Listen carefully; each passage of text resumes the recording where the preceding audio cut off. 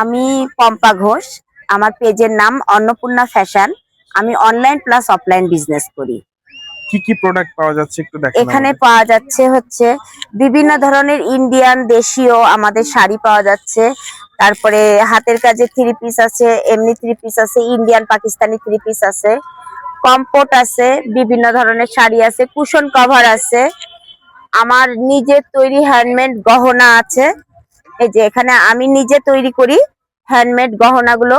এই গহনাগুলো আছে, ফুল আছে, বিভিন্ন ধরনের ফুল আছে, নকশি কাঁথা আছে, ওয়ান পিস টু পিস, মানে মোটামুটি মেয়েদের সব ধরনের আইটেম প্রোডাক্ট পাওয়া আইটেম যাচ্ছে। আমি সেল মেলাতে করি। কেমন সাড়া পাচ্ছেন?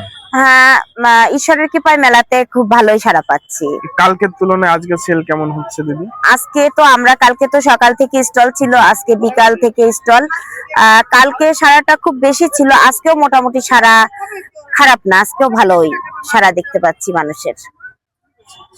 জেলা প্রশাসক কর্তৃক আয়োজিত এই মেলায় এসে আপনারা উদ্যোক্তা হিসেবে কি মনে হচ্ছে?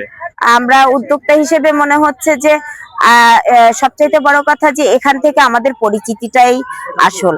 তবে আমরা অনেকটাই খুশি এখানে এসে, যে তার মানে তার সহযোগিতায়, তার আশায় যে আমরা এখানে আসছি, মেলা দিচ্ছি, এটা আমাদের জন্য অনেক কিছু।